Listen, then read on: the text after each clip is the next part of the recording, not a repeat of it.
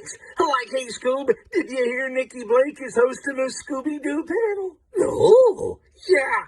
Like on today's Scooby-Doo episode, Scooby-Doo and Shaggy meet Nikki Blake. Yeah, and a Scooby Panel. Like, we need to get this puppy started. Okay, Nikki Blake, take it away, Scooby-Doo.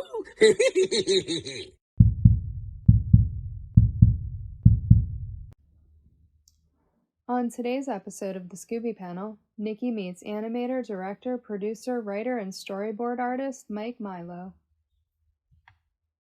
So what made you decide to get into the animation industry? Was there a cartoon or animated moment as a kid that made you think, I want to do this for a living?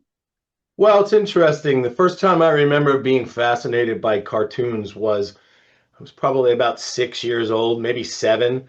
Back in the day when people used to still read books, they used to send brochures for larger coffee table books, and they sent The Art of Walt Disney to me. Just the brochure, like, do you want to buy the thing? And because it was Mickey Mouse, my mom gave me the brochure, and on the brochure there was a turnaround of Mickey Mouse, front, side, three-quarter, and then over on the side was like a bunch of expressions and mouth poses. And it just blew me away. It just fascinated me that, you drew these pictures and they all look the same. They're all exactly the same. How did they do that? It fascinated me. And I kept that brochure for maybe about 6 months before my mom actually bought me the book. And so, yeah, that was my first foray into that.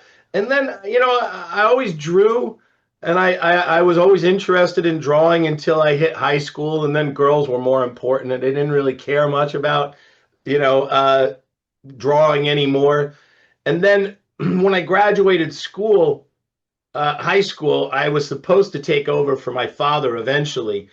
He had a catering company that ran concessions in different office buildings. So like we had the cafeteria at Pepsi, and we had one at Scholastic Books, and Lipton, and Prentice Hall, which became Simon and Schuster. So that's what I was supposed to do, and then that didn't go well, and I ended up hauling trash to that. And well, it was kind of funny. I had a falling out with my dad, and I went home. I went home and I quit the job. And my mom the next morning told me to go take out the trash because the trash guy was going to come and pick up the trash. So I ran outside to go pick up the trash. To put it out. And there's this little guy. He's about 5'2", and comes walking up to me, and he's like, "Hey, what do you do? Hey, why strong boy like you? He not here. He's not at home. You gotta, why you not have a job?" And I said, "Oh, well, I just quit my job yesterday." And he goes, "Oh, I tell you what, you come, you work for me tomorrow. I pick you up 6 a.m. You come, you work, you haul the trash for me." And I'm like, "Okay, sure, I'll take the job." And I did. And it was funny. It's always funny to me because I went from from table to trash basically in one day, because I was first serving the food, and now I'm picking up the trash of the food. So anyway, that's the did that answer your question? Yes. Yeah. Okay, cool. That's funny. So your first job in animation was as an in-betweener on a Honey Nut Cheerios commercial. How did you get that job, and what was the experience like for you? Well, I was still in art school when that happened, and one of my friends, he had started dating an older woman that, I don't know how much older she was. She might have been like 8 years older, but they started dating, and she was already established in the New York animation scene. And so he introduced me to these people, and that's how I got the job. It didn't last very long, though. I did a number of jobs for them, but it wasn't as good as I thought. I was like, when I got out of art school, there was no jobs really. There wasn't very much going on in animation yet, because that was the year that I think Little Mermaid came out. So like it was, animation was about to boom. And Tiny Toons still hadn't come out. That's kind of what started animation up again on television. Yeah, Tiny Toons, and then Tasmania, and then Animaniacs. But there really wasn't much going on. There was He-Man and that kind of stuff, but it was kind of a lull. And then all of a sudden, this big hit came right in like 1990, and it happened to be the year that I started working. And yeah, so somebody introduced me. It was an interesting experience. I loved it. It was a weird experience because a lot of the people were intimidated by me there because, and I didn't know this at the time, but later on, like I got a couple of jobs, and then nobody was calling, and so I called up the production manager and said, "Hey, so you guys gonna ask me to come back? I'd love to work more." And they said, "Yeah, I don't think so." And I said, "Why? Did I do something wrong?" And they said, "No, just a lot of people intimidated by you. You're better than a lot of them already, and you're right out of school, and they're intimidated that they're going to lose their jobs." And I said, "Oh, well, I'm sorry, I can draw worse if I have to." And they're like, no, it's not that. It's just that we probably can't hire you." And I said, "Well, at what point do you think you can hire me?" And they said, "Probably when somebody dies." And I was like, "Oh, so I'm not going to work here anymore." And they, "No, I probably not." And I said, "I'm okay, fine." And then right after that, I got a call to come out to California, and that's what I did. So, Wow. but it was a good experience. I really enjoyed it. The studio that I worked at was called Broadcast Arts. They also did the Pee Wee Herman show. So there was a lot of like the Pee Wee props and stuff that were around. They had done all the practical visual effects for Ghostbusters. So when you came up the stairs, there was a big, silicone Slimer, like, hanging from the rafters. They used to do this thing called the Bud Bowl that they did every year back in the 90s for the Super Bowl. Like now I think they have something it's like called the Puppy Bowl. But they used to do something called the Bud Bowl, and it was basically like a top-down stop motion animated thing about little Budweiser cans and little Bud Light cans, playing a game of football. And they animated the whole thing. And so they did a lot of stuff like that. So it was a really cool experience for me in betweening. And I got to do some animation as well. And I met a couple of people that I was going to eventually meet out here in California because they couldn't get any work either. So everybody eventually migrated over there. Yeah. Well, how do you balance honoring classic animation styles for shows like Scooby-Doo or Woody Woodpecker while still making something feel fresh for modern audiences? Well, I think a lot of talking to modern audiences is really more in the tone of the stories. Like I'm an animation supervisor for a studio now that teaches and then employs autistic adults and teaches them how to animate. And one of the things that I notice is the generational gap. Like when I want to put sound effects in, I want all those Bugs Bunny cartoon sound effects, all those crazy cartoony things, especially the Scooby stuff, same sort of stuff. And I will put them in the animatic, and then the younger people will say, "Oh, I like it, but I don't like that cartoon. It's too cartoony. I don't like that sound effects." They don't like the same stuff. They didn't grow up on Bugs Bunny and Scooby-Doo. They grew up on anime, and so they're not interested in what I am. So I think in a lot of ways, a lot of it is the tone. There is no eye pops. We don't do that. We didn't really do it on Scooby either. Even though Scooby would get scared, he would jump up into the air and scramble and then run off screen. But it was never like eyes popping out like, a Tex Avery sort of thing. So I think a lot of it has to do with the tone and changing up the gags in a lot of ways. Some more of the gags are more verbal gags than visual gags, unless it just works, like stumbling and falling. It seems like this younger generation doesn't really like slapstick as much as I did. That's my favorite thing. It's the only thing that'll make me laugh. My wife's always yelling at me because she's like, "You didn't think that joke was funny?" And I said, "I don't know." And then the next minute he falls off of a sofa and I'm dying laughing. And she's like, that wasn't that funny. That's what makes me laugh. I don't know. So I'm perfect for cartoons, I suppose, or I was. But Yeah, absolutely. You've worked at several different studios, Hanna-Barbera, Cartoon Network, Warner Brothers, Disney, among others. Is there one that you particularly enjoyed working at? um, I enjoyed them all for different reasons. Um, I enjoyed Warner Brothers because that was my first job, and every time I went back there, the same people were still there, so it was always like coming home. I felt very comfortable there, and I had a lot of creative control. Um, so Warner Brothers I liked. When I did Woody Woodpecker, I loved it because I worked at Splash Animation, and they just let me do what I wanted. Like I wrote all the outlines for the stories. I designed all of the main characters. I was instrumental in the backgrounds, and I storyboarded half of them. So I was very involved in it, and because I had writing control, I really enjoyed that because I could do slapstick stuff because that's what I like.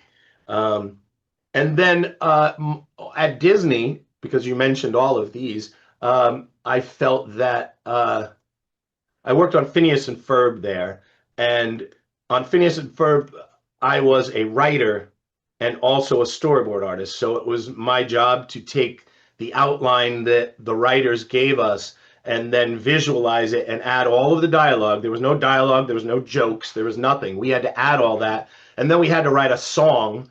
And then after that, after the 6 weeks of storyboarding it, you had to pitch it to the entire crew of like 60 people. And then there was like Radio Disney was there often, and it was a great experience because I had a partner, and we would go back and forth, and I would get a section, like I'd get the Doof section, and then he would get the Candace section, and so I would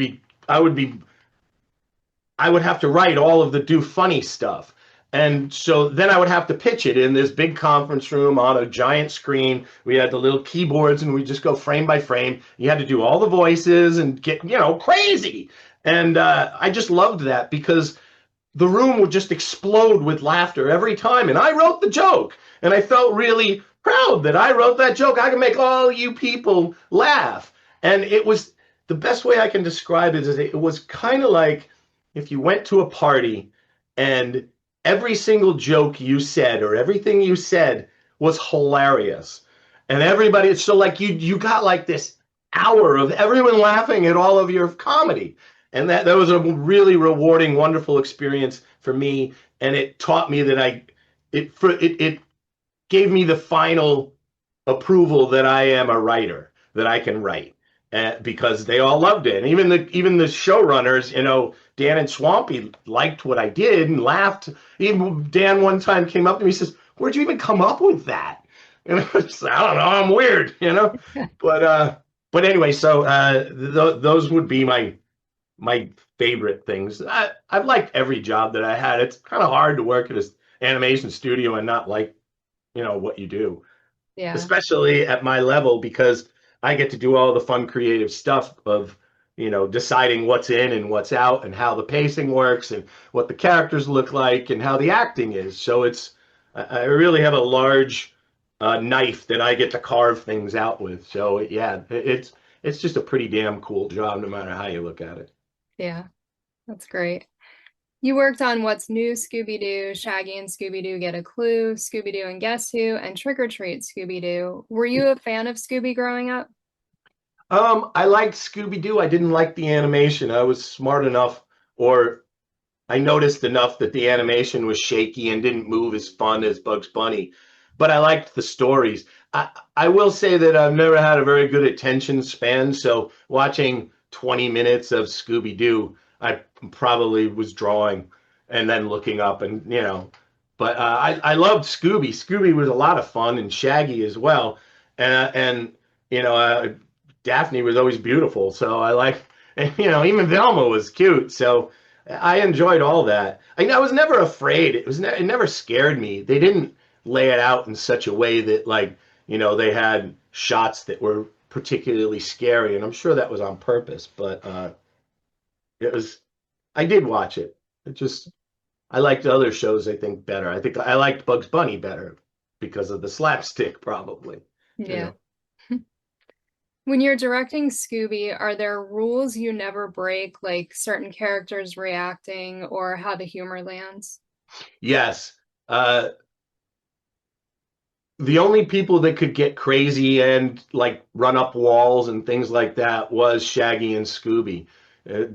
Daphne, Velma, Fred, they and the villains didn't really do that kind of stuff. There was no eye popping. There was no running in place. There, we treated in on all of the shows we treated Shaggy and Scooby as cartoon characters, but the rest of the cast as humans, as like as if they were live action. So they could only do what live action could do. They could only jump a little bit. If everybody was scared, they wouldn't jump 4 feet in the air. But Shaggy and Scooby could easily do that. So it was almost like Shaggy and Scooby were cartoon characters, and everybody else was live action. I never really thought about it that way, but yeah, the other characters really didn't do any of those weird things that Scooby and Shaggy did. Well, that part of I think part of that is because, I mean, obviously the comedy is supposed to come from them anyway, but I think it was just because it was the comedy relief, and by making them cartoony, it made them funny, which offset the fear factor that might have been there. Everybody else was like, "Oh, is that a ghost?" And they're like, "Oh," and it made you laugh, so you weren't like, "Oh no, it's a ghost," because Shaggy and Scooby are only going to get away, and everybody's going to be fine anyhow. Right. Can you walk us through your role as a director on Scooby-Doo and Guess Who, and what did that entail? Sure. My job was primarily handling with the storyboards and the story and the designs of the characters. Our producer handled color on the characters, but he would often send and ask, "Does that work for you?"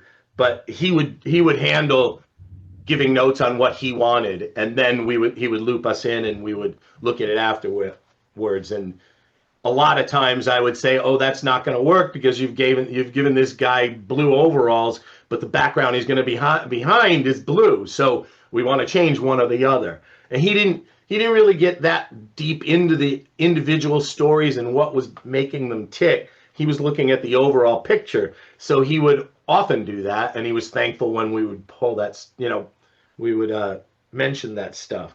But so my job was to supervise over the storyboards. So I would hand out a storyboard, and when we did that, we would do a read through with the script, and we would do some talking points about what we thought visually we would see. The producer was also in the room, but I pretty much led that stuff, and he would chime in when he thought it was, he wanted something different, but we were pretty much aligned. And so then we would hand the stuff out to the storyboard artist. The storyboard artist would take their time. They had 2 weeks to rough out everything, and then I would take a look at it, and then I would give notes based on the cutting and the pacing and whatnot. Now, we were also doing them as animatics, so your job was to draw the board, but also bring the dialogue in and then pose it out to the dialogue. So there was a lot of steps involved. So after the boards were roughed out, then I would take a pass at it and time it all out so that it really felt like the episode, and we would find out if it was too long or if it wasn't too long. One of the other problems that we had was because we had such a stellar cast, and because in every episode we had a celebrity, it was very difficult to get everybody to record. So sometimes we would board out an entire thing. We once boarded out an entire episode. It was supposed to be Shaquille O'Neal, and then Shaquille dropped out, and we had to find someone else. And we got another basketball guy, but it screwed everything up because Shaquille O'Neal was like 1.5 feet taller than the guy. So all the shots were wrong, and it all had to be redone because of it. So we had a lot of problems with that. But then once the storyboard was roughed out and I gave the timing, then we would give it back to the board artist. They would have to do all of the notes that we gave them, and then they would have to clean it up and make it, you know, nice and tight for overseas. And then from there, then it would go into the edit bay, and because it's very difficult, there's a hard process between going and using the program we use called Storyboard Pro, and then bringing it into the edit bay and then bringing it back out. Like it doesn't do that well. So we would get to a finite time, we'd clean up the board, it would stay out of the edit bay, and then it would move to the edit bay, and then it wouldn't go back to the storyboard phase. And then we would manipulate it as we needed, and then we would call revisions of what we felt was missing, and then I had a revisionist that would then do the revisions, and it would just kind of go back and forth with that. So I would weigh in on the writing as well, because sometimes we would, like, the way the old episodes worked, it was best if you broke them up. So, like, you know, Shaggy and Scooby are going to go check out this thing. And then, you know, Velma and Daphne are going here, and Fred's going to do this thing. And we did that so we didn't have all the people on the screen at the same time, because you have to animate them. And if you're not animating them, they're just standing there and they look dead. So, you know, you're just giving the busy work of blinking. And so we tried to break them up. But a lot of times the writers wouldn't get that. And they would have them all following. Probably because it's easier, and they're all just standing there and talking, and they move to the next place and they talk some more and they move to the next, you know. But I liked to break the things up, so I would talk with the head writer, and we would figure that stuff out sometimes. And I'd say, could we do this? And he'd be like, yeah. He was very happy to do anything that we asked. He just you know, didn't think about it before it happened. Right. Did you get to work with any of the guest stars? Yeah, I got to. I didn't really have much time to go to the recordings, but I went to a handful of them.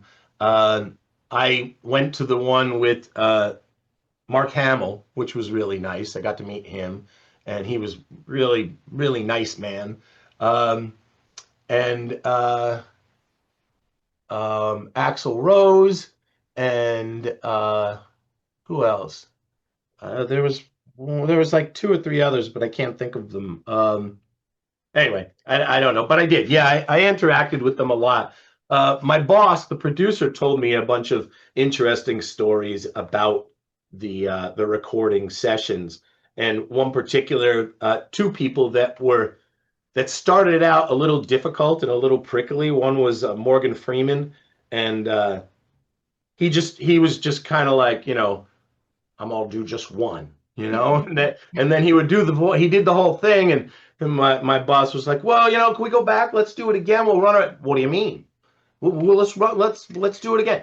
What was wrong with it? You know, and like, so finally, like, my boss eventually had him. He figured out a way to get the guy to change his mind and do the notes, because he said, oh, I think we had a technical on that. So I think there was like a bump or something on the mic. So then he eventually, once he like realized that he wasn't getting out of it, he did them all, and he did a great job. But he, you know, I think maybe he kind of felt that he was, this was beneath him, mm-hmm. you know, at first. And then he kind of realized it was fun. And then the other guy, Malcolm McDowell, was the other guy. And he was also kind of like, he felt like it was beneath him. And then they got through it. It was kind of stiff. And then he said, he said, oh, hey, I'm going to try this one thing. And then he went through the whole script again and did it again and did it much better and much more animated.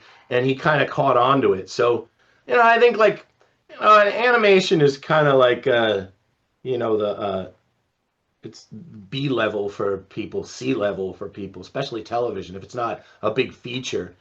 And I think a lot of them do it because their grandchildren like it, but then they just don't really want to do it. They're just doing it to do it. And but everybody seemed to enjoy it once they got into the groove of it. You know, it's hard to, if you're an actor and you're talking it's very hard. You know, if you got other actors you're interacting with and you're used to this set, it's very different to then look at a script and speak into it with no interaction. So, Right. Yeah. Is there a certain celebrity you wish would have been on the show that wasn't? um, well, I would have loved to seen Bruce Willis be on. But he had already been in some other like episodes. I was very happy to see it with that Axl Rose was on because I really love Guns N' Roses, and I don't know. It was just it was he was one of the few people that was young enough, and he was still in his 50s. Like, you know, we had Cher on there. Morgan Freeman's in his 80s. Cher's in her 80s. Malcolm McDowell is in his 80s. You know what I mean? Like, we had a lot of those types of people. And while I liked them, I kind of wanted to see some people from my generation as well. And we didn't really get much of that. We got the one guy that eats hot dogs fast, but he wasn't the best actor, so there wasn't much we could do with his voice, you know. Yeah. Um, but yeah, I would have loved to have Bruce Willis on. Yeah. Yeah, that would have been pretty cool. Yeah, definitely. What detail in a Scooby episode would fans be surprised to learn took the most work behind the scenes? The most work behind the scenes are the French door gags, which, you know, it's that static shot of the hallway, and it starts out with here comes Shaggy, then Scooby, then the monster, then Shaggy, then Scooby, the monster, then the monster, then Shaggy, then Scooby. Then they're running with different things. And we made a big deal about them. They were usually at least a minute long. And we tried to add more and more and more gags, you know, as we went on. Just, you know, sometimes the monster's riding on a tricycle, you know, and or they'd all come out and they're dressed as clowns for some, including the monster. Stuff like that we used to do. And those took a very long time to do because it wasn't just drawing out. First of all, they were never in the script, so it was the board artist's job to do, which usually fell to me because they were like, "Well, what do you want me to do?" So then we would figure it out, how to make that work well. But it was always fun. My favorite of all of those was the one in Mark Hamill episode. We had like a very big, almost Pikachu looking monster because they were in Japan, and it was just funny because he was just this big fat monster, but everybody was afraid of him, and he kept knocking into the walls and just making like, you know, monster shaped holes and stuff, and just destroying the whole hallway. It was funny. You storyboarded an episode of Shaggy and Scooby-Doo Get a Clue, which is a very different art style than other Scooby projects that you worked on. Yeah. Did you find it challenging to adapt to that style? I did actually. It was hard. Right at that time, the Gorillas had just come out with, you know, their animated videos, and they had that one Clint Eastwood song that they did, and the guy who was the producer of it loved heavy metal kind of music, and he wanted offbeat things, and he pitched the idea of doing the whole show like the way they did Gorillas, where you would see like the side view of one of the characters up in the foreground and then two other people in the background. It was very different, and I honestly didn't really like it. They made them all have dot eyes instead of having, like, you know, eyes and then, you know, the whites of the eyes and then a pupil.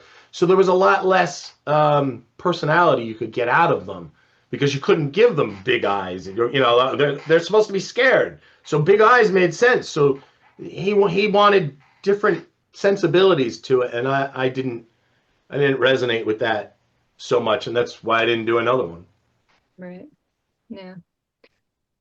Of all the shows you've worked on, Scooby, Phineas and Ferb, Batman, Animaniacs, so many other shows, do you have a favorite? No. I have I like some more than others because of the working environment and because of the lasting friendships that I created and the fun we had on the crew. Um, but if I was going to say any of my most favorite things, it was probably Woody Woodpecker because I had so much control over it. You know, I could do what I wanted to a degree. And even Universal was pretty much on board with anything I pitched.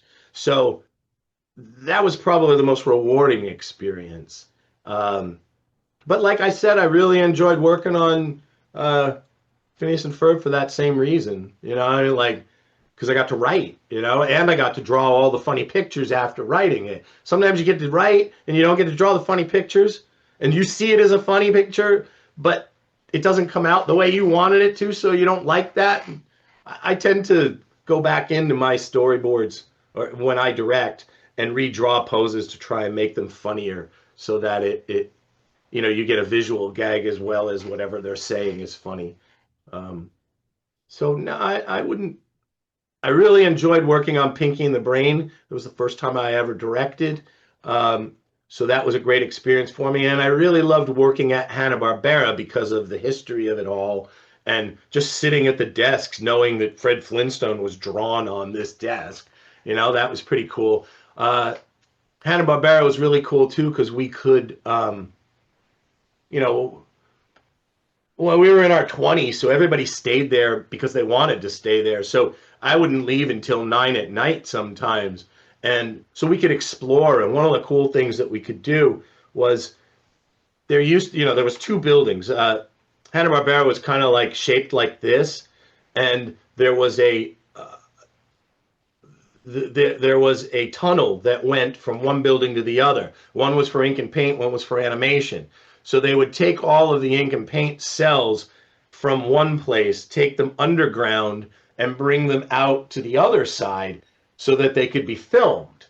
And so over time, when that stopped and we started doing digital and that didn't matter as much anymore, they just started filling it with stuff, you know, the hallway, the underground hallway.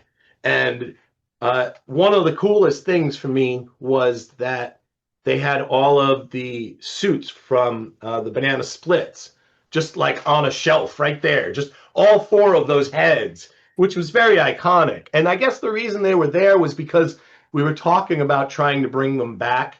And one of the development executives did like a viral sort of thing where we would put on all the suits. I didn't do this, but they would put on the suits, and then they would go to iconic places in LA and take the photos of them there. And they tried to like build up, you know, energy for a new one. But the internet hadn't happened yet. It really was. There was no social, you know, messaging kind of thing yet. So it was kind of a hard sell. But now it would probably work really well. Yeah. You won an Emmy for Pinky and the Brain. What was that experience like? And did you have the chance to attend the ceremony and accept the award? Yes, I did. You know, I mean, it was the whole crew. So it was everybody on Pinky and the Brain. But we were all, you know, they serve dinner there when you have it. So it's not, we went to what was called the technicals. There's 2 kinds. There's the ones where all the, you know, famous celebrities going down the carpet and all that stuff. And so all the actors. And then there's all the technical people who are the directors, who are other than like, you know, the directors for the TV series too, like the live action stuff. There was a lot of it was technical and cartoons and daytime talk shows. Cause like primetime is different. We were daytime. So we were lumped in with the soap operas and, you know, the news programs and stuff like that. So there wasn't that much fanfare because nobody wanted to see us walk up the red carpet. So they put us in another place. I think we were in the Dorothy Chandler Pavilion that one time. But anyway, we were all eating dinner and the ceremony's going on. And then ours comes up, but we're all engaged. I was with the other 3 directors sitting at the table. And all of a sudden, we hear, like, they announce it, and Pinky and the Brain. It's like, you know, and the winner is Pinky and the Brain. And nobody did anything. Really, like, and I thought I heard something, and my wife said, you guys just won. You just won. And they were all like, we just won. We didn't know what we like. And so we all started to get up. And then we realized that like we were getting up before, the like, Tom Ruger and all like, Gene McCurdy, all the people that were running the studio. And so we kind of had to fall back. And, but we all got up on stage first. So that was kind of neat. And then afterwards, after they don't hand you your Emmy. They have the one Emmy of the person that talks, the first person that goes up to the camera, and the microphone. He or she is the one that talks. So there's only one Emmy. Then they usher you off stage and they bring you into this big room, and there's just hundreds of Emmys just sitting on on these folding tables, like rows of them. Probably 300 Emmys were just there, and you walked up and you said what you won for, and they gave you the Emmy right then and there. And then they said, go over here and write down all your details, because we'll send you the collar afterwards. So the Emmy had no like award on it, and then underneath the Emmy there's a little screw that you can unscrew it, and then you put the collar on the Emmy and then tighten it back up, and it tightens the whole thing. So it was kind of fun. To just have it. So then when we were done with that, I went back, we all sat and waited till it was over. And then there was a big party down at the Coconut Room, I think. And as I was standing online, I had picked up my Emmy and we were waiting online to give our information. I cut my finger on the wing, because the wings are really sharp. They're like I don't like one of those envelope opener kind of things. Oh, It's kind of smooth, but there's a point on it. So I'm like bleeding profusely as I'm standing in line. I had to wrap it up and whatnot. And then like I said, we went to a party afterwards. Everybody was there, and I saw a lot of celebrities there, and I saw. You're probably too young to even know who this is, but Merv Griffin was there, who's a very famous guy. And, he had his own talk shows, and then he created a bunch of the game shows, whatnot. And Robert Loggia was with him. And I was just walking by with my Emmy, and he's like, hey, kid, what'd you win for? And I'm like, hey, what's up, Merv Griffin? I won for Pinky and the Brain. And he's like, oh, that's cool. And and then Robert Loggia just growled like, cool, kid. Very cool. And I was like, well, thank you very much. You guys have a nice night. And then I went and sat down. And so it was a very memorable evening for sure. Yeah. That's really cool. It's great you got to experience that. Yeah. I'm really thankful. I've been to like 7 Emmy Award festival, or events, and I won 2. But one of them, the way Emmys work is that the only people that get the awards are the producer, the director, and the writer. That's it. Nobody else gets them.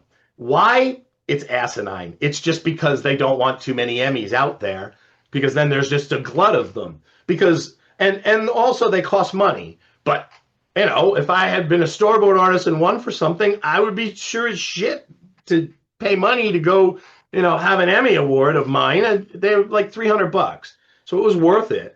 But so one of them I have the award for, the other one I just have a certificate for, which isn't, and I didn't go to the event either, so that wasn't the greatest. But yeah, it was a lot of fun, so much fun. I took my wife there, pregnant once. She was pregnant, like my child was lying like this. She was so big, and her belly was so far out that like she almost needed a wheelbarrow to carry the belly. And she was gonna flip over if I didn't pull her back. It was funny. Anyway, it was fun. The animation industry has changed so much over the years with new technology being introduced. Yeah. How did you adapt to the changes? Well, I've always been interested in technology, and that's kind of what happened at each stage. It started with, the going from 2D to 3D, and I learned 3D right away because I was just fascinated by it. And then it changed again when we went to digital, for 2D to digital 2D, and we started using Storyboard Pro and storyboarding on a computer. And I gravitated towards that before almost everybody. I was one of the first people that had that started doing boards digitally. And once I was doing them that way, everybody was blown away. Not because I was so great, but because of little details. Like the old way to do storyboards is you would do one panel and then, with all the characters, and you would put the background there. And then the rest of the scene would just have the characters acting, but there would be no background there. And you would sometimes do a trace back, and a lot of times the lazier board artist would, if one of the other people wasn't talking, they would just do like an outline of them and say same as. And like, so the boards were functional, but they weren't very pleasing to look at. Like if you wanted to look at the cool artwork, it didn't really tell the story as well. It was kind of separated. So when digital started happening, because we now had layers, I put the background behind everything. And then I would matte the character. And so the character would be all white and then over everything. And everybody's just blown away by that because it was a new thing. And my boards looked tighter and better than anybody's as a result of it, until everybody caught up and started doing it too. My boss, my executive producer from Pinky and the Brain, was very into digital stuff as well. And he started teaching a class at the Animation Guild about digital storyboarding. I took that class and I ended up buying a tablet, like a computer tablet with a pen and everything, and you could draw directly on the screen.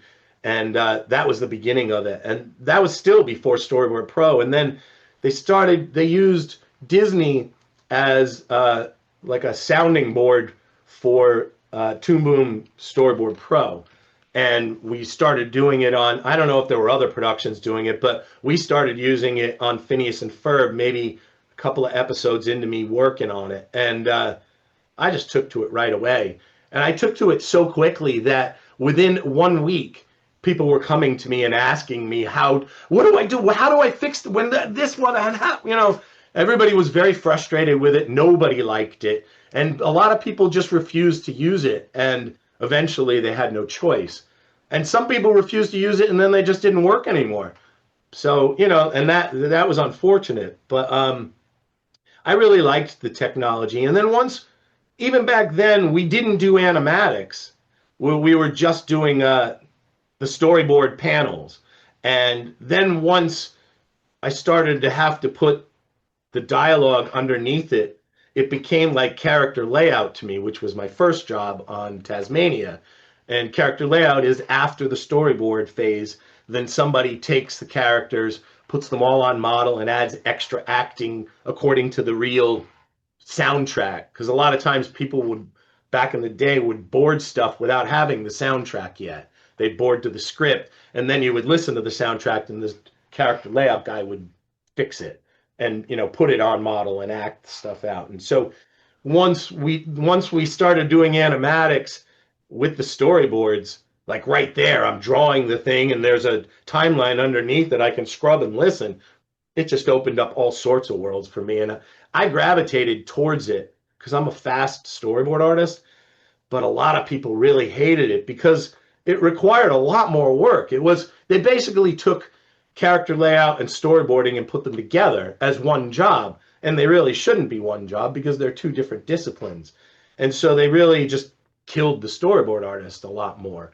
And it also opened up, the digital age opened up a lot more ways to make things complicated, because the way it used to be, you'd have a storyboard, and it was just Xerox storyboard, and it would be distributed to all the executives and the producer and the writers and everything. And most people wouldn't look at them because they couldn't read storyboards because they were like this thick, and you had to like go through page by page and follow it. And like I said, the background wasn't there, and sometimes it was just silhouettes with same as, and so it wasn't really very interesting. So the executives a lot of times just trusted us. The same thing with timing, because there was no animatic. You had to just trust the storyboard. We would slug the storyboard based on understanding how long things take. We would accumulate, like, Scooby and Shaggy run into the scene on 12s. 12, 12, 12, 12, 12. They skid to a stop for 12 frames. Then they antic down for 8 frames. Then they jump into the air, for 9 frames. And so we would you had to break all that stuff down, but you didn't have to actually do it. And then once we started getting animatics, the executives started watching them. And once they started watching, they had a lot of notes. And so then everything became more and more complicated. And I think had we not done digital, you would never have been able to see like episodes and shows today, like that Has Been Hotel, which is just crazy, or Into the Spider-Verse. So much detail in there. And because the animatic and the storyboard artist are together, you could really board things out all the way down to the breaths, and the blinks. And they would ask for stuff like that. We sometimes would do in-betweens or smears, like Shaggy and Scooby, they jump up into the air. Sometimes we would blur the one drawing of them going from the ground in this pose to the pose.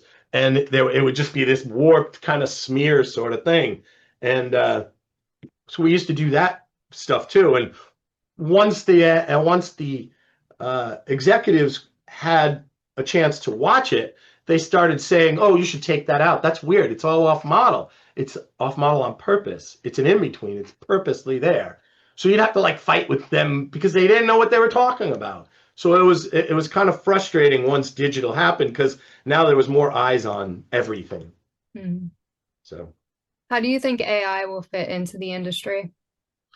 I think AI is going to change it significantly, but I don't think that it's going to destroy animation. I think likely what's going to happen is people who are creators, people who write and draw, people who write, storyboard, direct, can act, and color and do backgrounds, people that can do all of the things together, I think will come out on top over this. I think the people that are in the trenches, the prop guy, the background guy,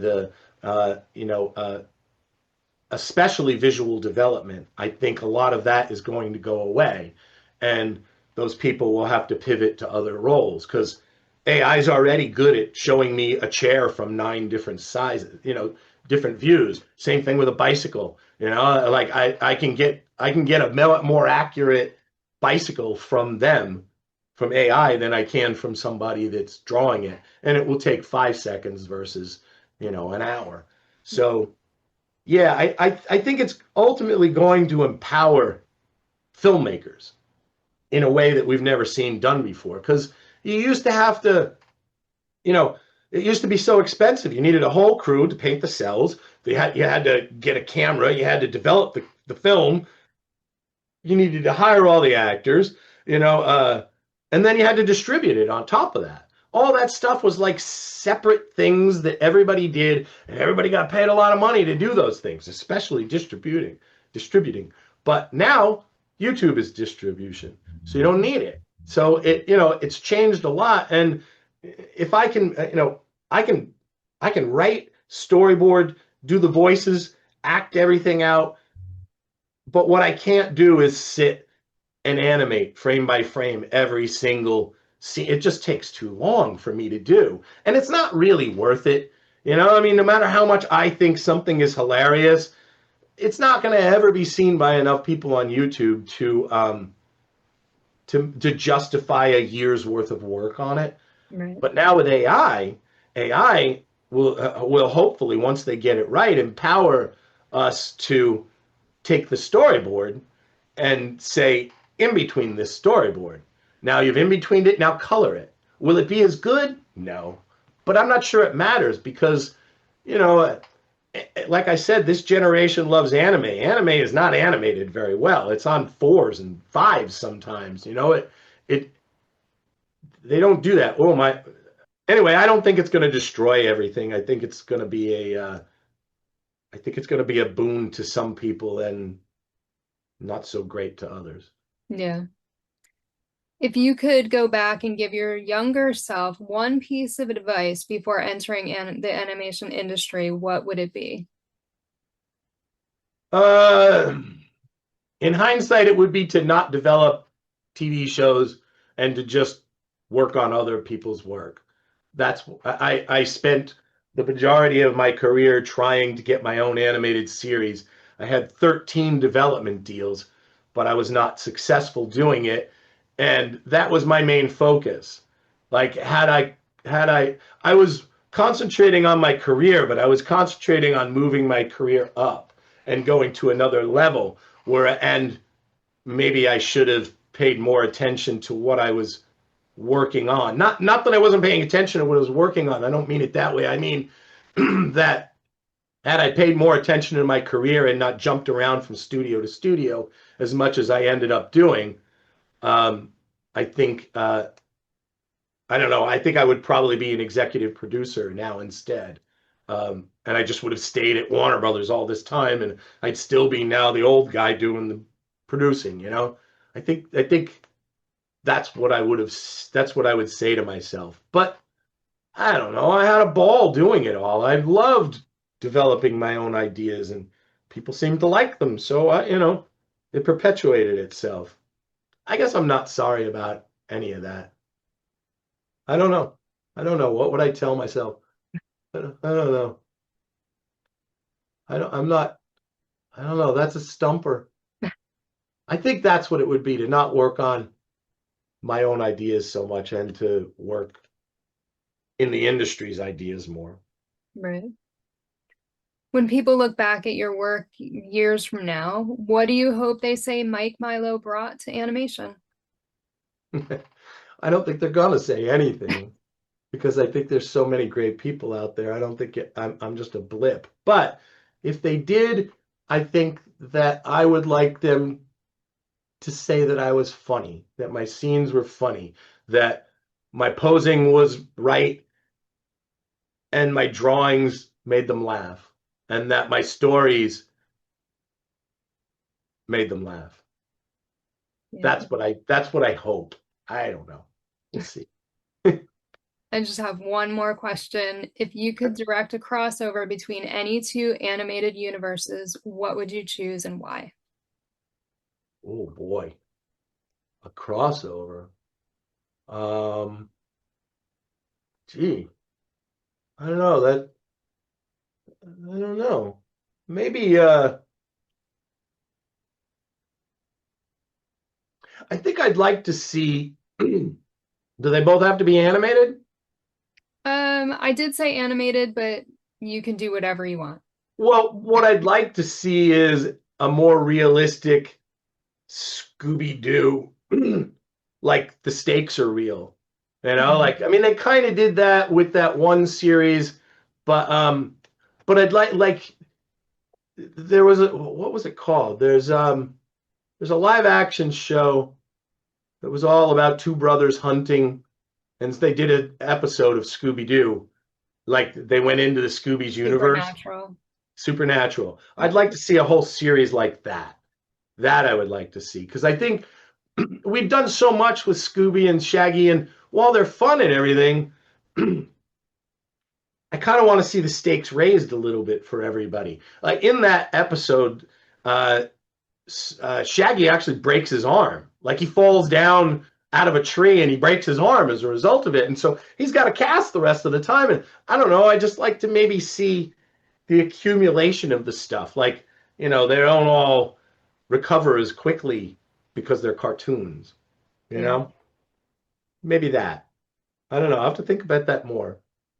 But I could agree with that. I thought that was an amazing crossover, that one episode. And I know at some point they talked about possibly doing a series, but then it just never happened. Yeah, well, that particular time that they did that was a tumultuous time for Warner Brothers. They had been taken over by AT&T, and then eventually then they started all the bidding wars, and it's just they've never really recovered from that yet. There's been a lot of the arguing and changing hands and changing of the guard at Warner Brothers. So yeah, I wouldn't be surprised if it came back. It might. I read somewhere they were talking about Supernatural again. So I don't know. Maybe they're going to bring that back, and maybe they will do it. I'm not sure, but it was a fun episode because of the stakes. I thought The humor was really good too. Yeah, It was just very well written, well directed, well produced. It yeah, was great. yeah. I really liked. I just I liked seeing the stakes higher, and that this is a real monster and this is a problem. What do you mean there's a real monster? Yeah, like that's funny. They're almost like, well, monsters aren't real and it's no big deal, and it was always somebody, we're always going to unmask somebody. But what if it wasn't? What if it's a real werewolf who's going to eat you? That would change the whole dynamic of the series, and I think I'd like to see a little bit of that. Yeah. Yeah. Well, Mike, I thank you so much for your time and thank you for your contributions to the animation industry. You've had an amazing career, and I'm very honored that you gave me some of your time. So thank you very much. You're welcome. I'm proud to have been a part of it. Thank you for tuning in to another Scooby panel. I'm Nikki Blake from ScoobyAddicts.com. If you like these panels, please subscribe to my channel for more great discussions. A huge shout out to our patrons, Julie Rosen, Ross from ScoobyFan.net, Tagus, Garrett Spencer, Paul the Scooby Dude, and Jesse. If you would like to support the Scooby panel, please go to patreon.com/ScoobyAddicts. A very special thank you to animator, director, producer, writer, and storyboard artist Mike Milo. Scooby Panel is available in podcast form on most podcast platforms or as a web series on YouTube. You can find Scooby Panel on Instagram, Facebook, and X as @ScoobyPanel. We are part of the Collector's Maze Network, where you can find all things geek. Scooby and Shaggy are voiced by Scott Innes. Check out Scott's website, onescottshop.com. Scooby Addicts artwork by Will Davenport. Scooby Panel logo by Garrett Spencer. Video editing by Nikki Blake. Please join us next time for another Scooby panel.